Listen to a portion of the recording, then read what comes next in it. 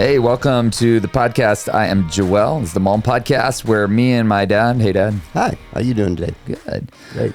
We talk about all sorts of stuff. This year, we're going to specifically in 2025 be focusing on kind of how to conquer the mountains that we all face in our lives. You know, for the last few years, I've been leading outdoor adventures around the world and, you know, help people conquer physical mountains. But a lot of what I do as a counselor and serving in a pastoral and teaching role as well is helping people figure out how to conquer those spiritual mountains, maybe relational mountains, emotional mountains. So we're going to be focusing on that this year. Every topic will be something related to that. It's going to be real practical for those listening. We're already pretty practical, I feel like.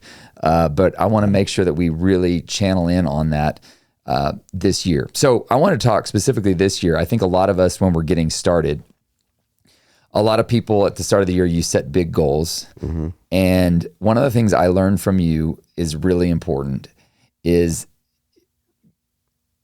I don't know how I learned this from you, I guess just watching you, but taking small steps. It's the small steps that lead to the big things. So just for people, if you don't know, my father started a missions agency about, was it 30 years ago now? 30 years, exactly. Yeah. And it started small. It was literally just our family. And then another family came on board. And now it's up to, what are they, like 700 and something missionaries? Yeah, something like that. Yeah, I'm on the board and we were looking over the numbers the other day. I was like, wow, this is a large organization. But it all started with one family. Yeah. And the verse that comes to mind is that verse in, I think it's Zechariah, where it says, don't despise these small beginnings, for the Lord delights to see the work begin. So many times we look at small and we think it's insignificant, but every big thing started small. I think that's kind of the power of what Jesus is saying among many things in the parable, where he talks about, look at a mustard seed. It's the smallest of seeds, but it grows into this giant tree and it becomes shade and housing for all these people, like harbors. Well, it says birds, but there's birds in the air, but there's a lot of symbolism in that. But the bottom line is it starts small and grows into something big. Every small thing or big thing starts small. So I wanted to talk specifically this episode about kind of what starting small and the value of that and some of the hindrances we see to starting small. I think for a lot of people, you know, you see something big and you go, well, I'll give an example. When we lived in South America and we worked with a guy and he had an amazing vision for a cafe. And when we got down there to start this cafe, he had already got a building set up. He had everything like pretty much, I thought it was ready to go. Yeah. And he's like, no, we still need a ton more money. Well, we managed to raise more money and we still weren't open. But I realized that he had a grand vision and it was a beautiful vision. I mean, it was a beautiful vision. That sounded like Donald Trump. Beautiful. It was beautiful. There's never going to be another cafe like this. But he had a beautiful vision for this cafe, but he wanted it to open at the level that he wanted it. Yeah. And rarely does anything open at the level that you want it at. Yeah. And I think that's what hindered him. And so eventually I ended up taking it over and we just small steps, we figured out kind of in business, we talk about the minimum viable product. What's the like most basic iteration of the product that you can get going and then develop it, beta test it, right? And then as it opened, we got more clients and more people coming in and we made more money. But what do you think it is within us that is it idealism? What is it that keeps us from, I've been trying to figure this out, what keeps us from being willing to start small? Is it pride? What is it? Yeah, I think maybe fear. And kind of to clarify, you said you took it over. You took it over because he just eventually hit a wall and quit. He burned himself out trying to make it too big. And I think that's an important point, not only because you didn't come in some hostile takeover, but secondly, because... No, I didn't. I actually didn't want to. I had something else going. I didn't want to do it. But it also illustrates another point. The fact is that many times when we're striving for that huge mountain, we forget you just take it a step at a time. You know, you keep looking at the mountaintop and it's up there and it seems unreachable and eventually you just give up. You just forget. Look at the next step, and you just take the next step. And, go ahead. Drill down on the fear thing, because I agree. Pretty much everything comes down to fear, but how's it connected? Well, I think, in that particular case, I think maybe he felt like it had to be this level, that level, something he had seen in order to succeed. And he didn't want to open and then find himself, it's not quite what it was supposed to be, and so people aren't coming or whatever, because again, it's a big deal to launch a business. You don't know if anybody's going to show up. You hope so, but if you've got this picture of what it's got to be, if people are going to come, particularly in like cafes, because you're not selling coffee at a cafe, you're selling an experience. Yeah. And so if it's not that experience, I mean, I remember, man, they had some cool looking cups, custom made cups and mugs, and it was neatly designed and laid out and everything. But, it just maybe there's just another little thing and another little thing. And I think ultimately it was just a matter of, you got to step off the cliff. Yeah. And I think that's what he was kind of afraid to do.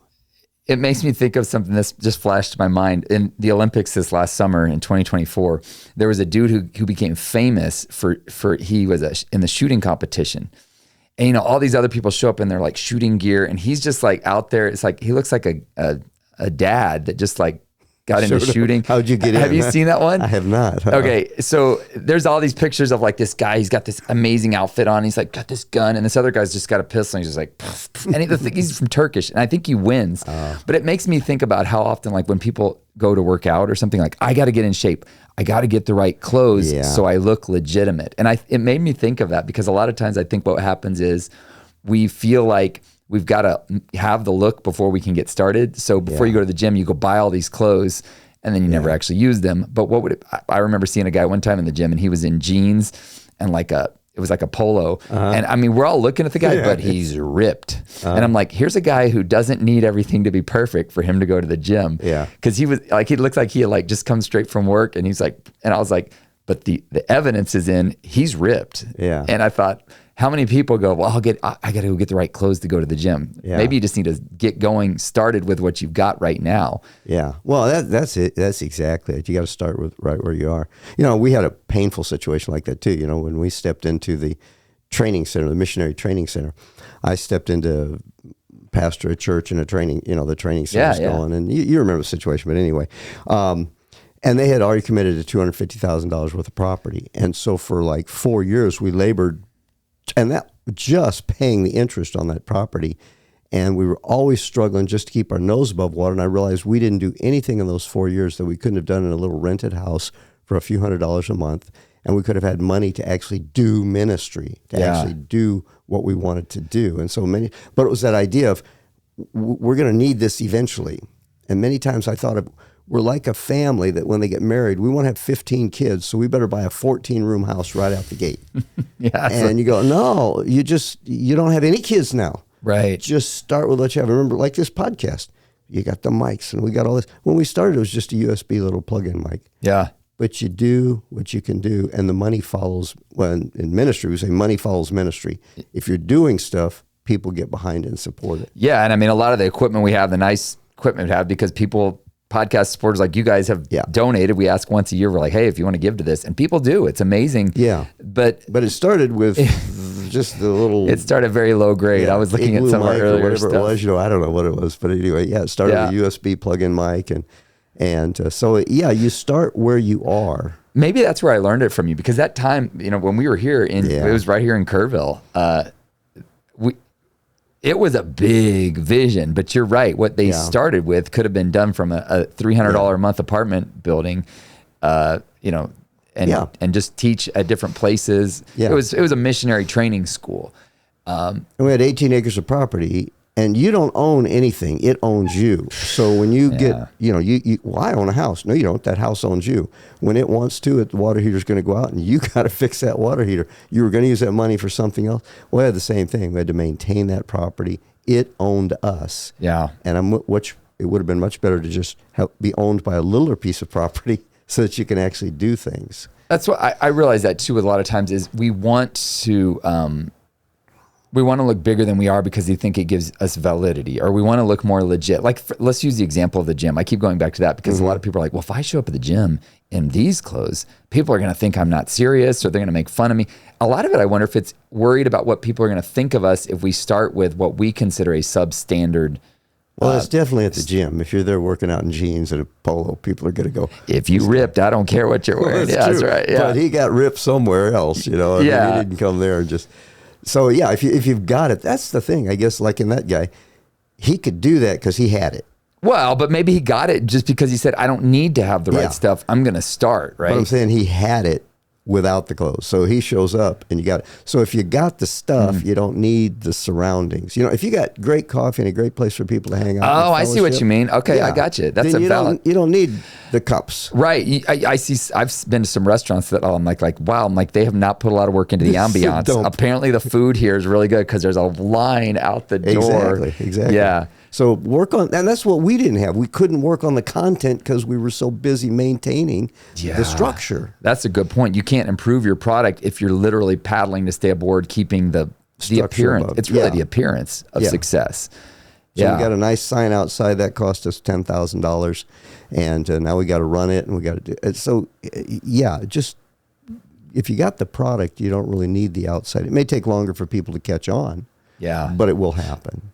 Just be consistency is really the key to it, you know. Because consistently presenting, showing up, right? Back to the gym example, because I think that's a little more. Not a lot of people are going to be starting businesses that are watching this, or ministries. But I think little things like that, like I'm just going to start with that. Or say you want to start a podcast. I can't tell you how many times on Facebook Marketplace I see people offloading their whole podcast thing, and I'm like, somebody got big dreams. They have better equipment than us, and they're offloading their whole thing. I'm like, somebody got big dreams, started a podcast that didn't go. Whereas here, we started with what we had, and 200 plus episodes in. Pawn shops testify to that. You know, how many times you find this killer guitar and amp and sound system and stuff because, man, we're going to start a band, and then, I better learn to play guitar first. I was thinking about that the other day, like how often could we repurpose stuff we already have for the purposes? So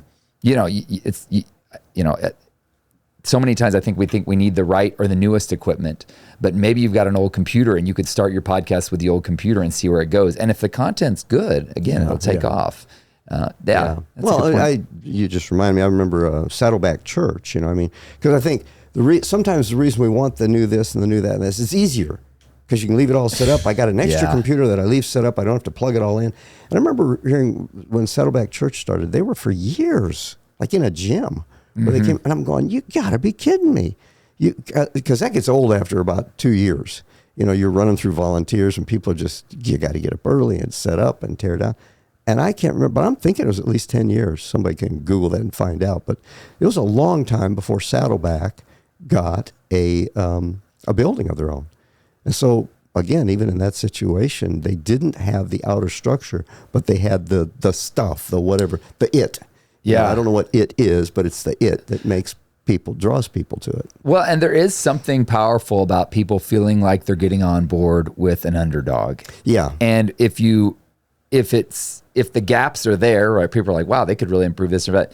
It opens room for people to get on board with helping you, right? Mm-hmm. I remember when I was first getting started at the gym, it was clear I didn't know what I was doing. And I would actually, sometimes I'd have like, you know, it's a weird thing in a gym where guys are saying, you know, but I would be like, hey, can you show me how to use this machine? And they'd be like, yeah. But if you act like, what happens though is if you act like you know what you're doing, people just laugh at you because they're like, well, that guy has no clue how that machine works. Yeah. But if you're like, hey, can you show me how to use this machine? What's it working? It's amazing how people will help you get on board if you're honest about where you are. And I've seen that over and over again too. If you're honest about where you are in the process, people are a lot more gracious than if you're presenting this beautiful polished thing and people are like, this is like smoke and mirrors and like, you know, duct tape. But if you're saying we're just getting started, it's amazing how people are gracious with that. With our cafe too, we'd be like, hey, you know, we're starting, we didn't have all the machinery we needed to do this certain kind of espresso. This is what it is. And they're like, oh, that's cool. That's really interesting how you're doing it. Yeah. Well, that's because it makes it about them instead of about you. Oh, so I have a place here. I have a purpose here, you know, if I can help out.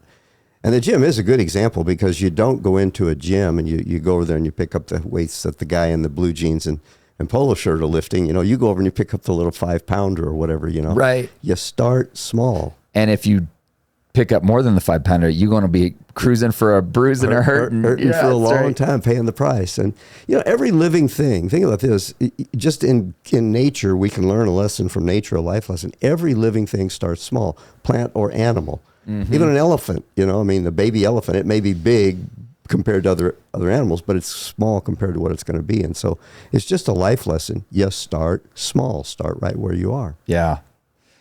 Hey, well, this year, I want to encourage you, take on something bigger in yourself. There's something amazing that happens when you do that, right? You take on something bigger in yourself and you watch God come through, but it usually comes through when you take the small steps. Yeah. And one of the big steps we're trying to take this year, we're trying to really boost our YouTube following. So I would encourage you, if you've listened here to the end, which most of you do, interestingly enough, would you like, subscribe, maybe share this with somebody that's trying to get started on something and just encourage them on their journey.